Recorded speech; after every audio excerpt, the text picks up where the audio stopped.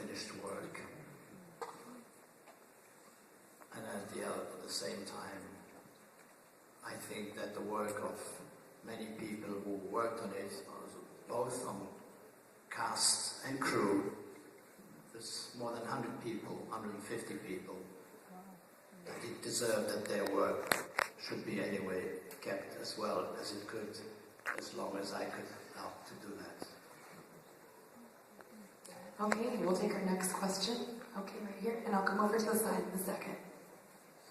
Yes, sir. How far were you in production when River Phoenix passed away?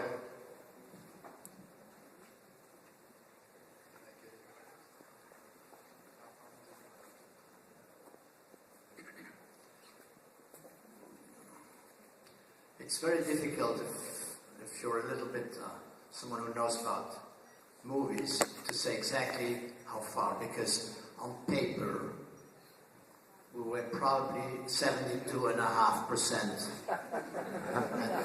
That's on paper. If you say that 1 minute, generally speaking, it's like Hollywood counts pages. 1 minute, a page, so you have 100 pages, you have 100 minutes.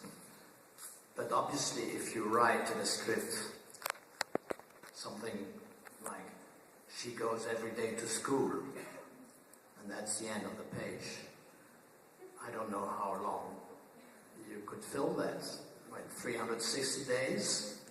So if you get my point, to say that the real length of the real time between 72, what I told you, and maybe 70 or 74, it's very difficult to say between the reality and the I call it paper accounting. But it's about 72%. Okay, we have our next question over here. Hello. I actually don't have a question, but I just wanted to thank you for a wonderful piece of art that you have given us this evening. And being a River Phoenix fan, it was amazing to see how you really captured what a wonderful actor he was in your film. Thank you.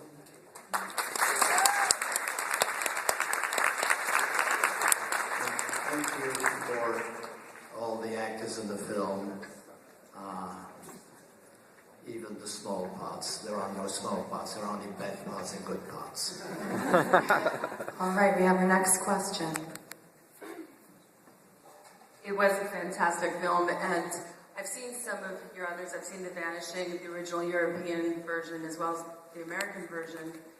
And I'm curious if the nuances of a couple under stress and that theme with that third-party love-hate interest.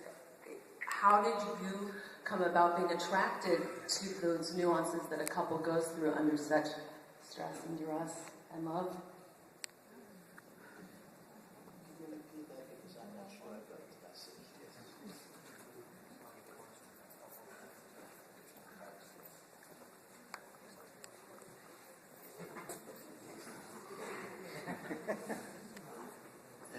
It's not so easy to answer, except that you do things and they also repeat themselves, from film to film in some way or another. Obviously, I'm interested in relationship between people. I'm interested in nature, because I guess if I go back myself to the very first feature I made in 1970 in Brazil, there was a lot of, I would say, man in nature, which is also in this film. This is a desert, but it's anyway, it's the same feeling. But between people, I guess that's what really fascinates me, how people act and react to each other. Also very strongly depending on their culture, because it's different from, I would say, country to country or continent to continent. All right, we have another question here. Hi. One can't help but make the connection between the imagery in the last scene with the burning house and it seeming like some sort of connection to whether or not it's like a final farewell. And I just wanted to know how much of that was the original writing into the script and into the screenplay, and how much of that was intentionally changed in the end? Was it an original idea, or was that something that was an afterthought?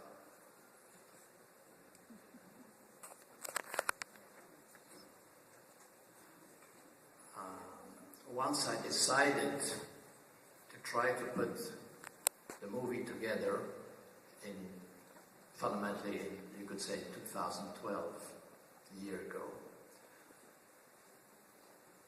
I had to look at the material and see what I had, and to realize that I had to work with that material and not what was missing.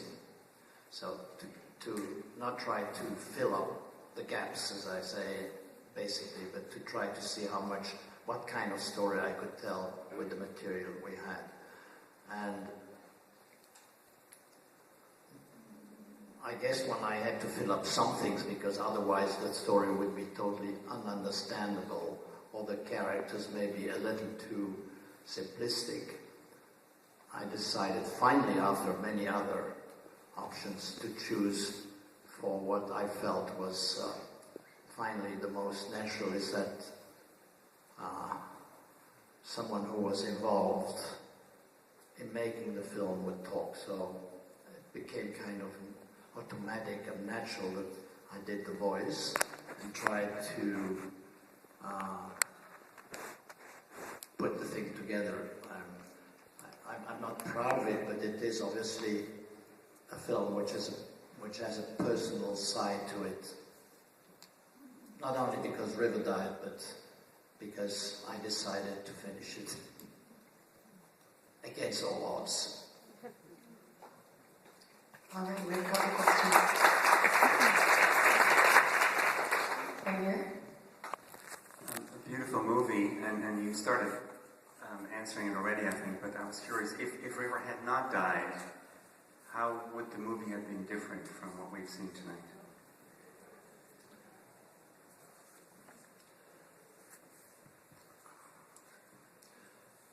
The balance between the characters would have been a little different, because obviously when you miss certain kinds of things. We had shot nearly all exterior shots in Utah, and we had what we still had to do were interior shots, either in the tipi house, let's say the house where Boy lives, and underground. And both those were supposed to be built where the scenes you saw were built in Los Angeles in studio, and the inside of the tipi house was not ever built, which means that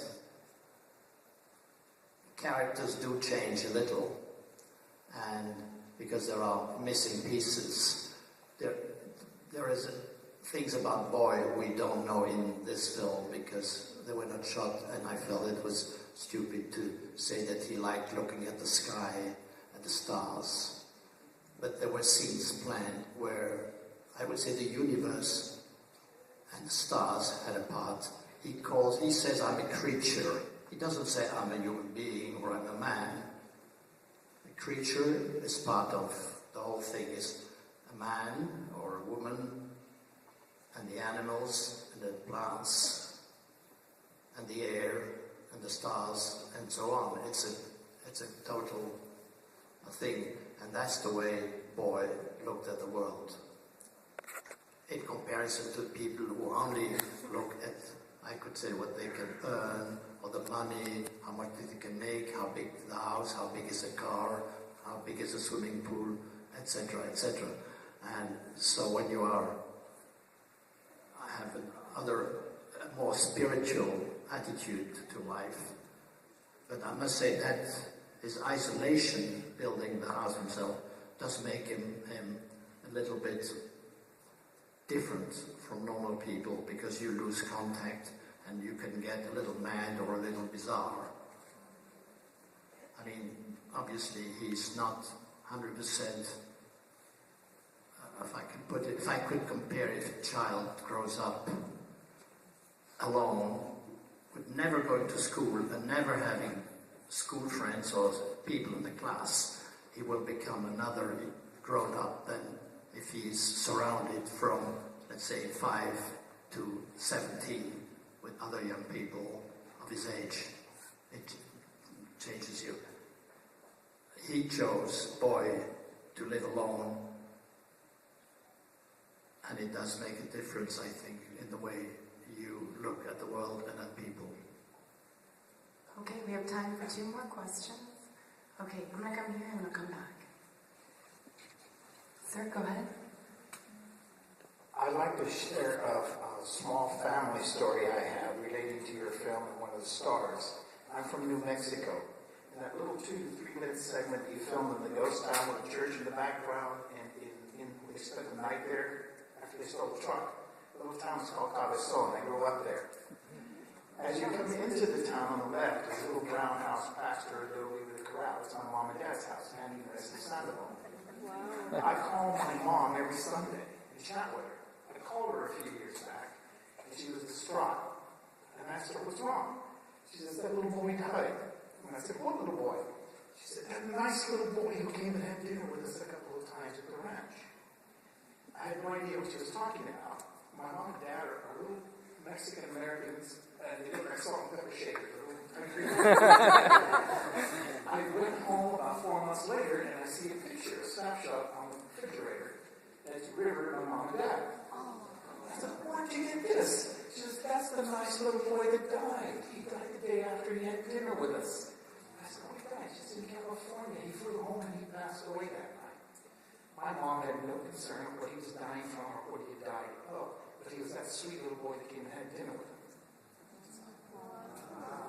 Thank you for sharing.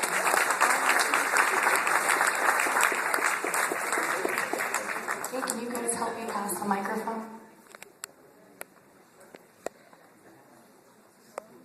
Thank you. That's hard to follow. But, I read somewhere that the last footage of River Phoenix was a silhouette of him in the cave because the camera was left on. I don't know if that's true or if you had that footage, but did you ever think about leaving that in the final version or consider it?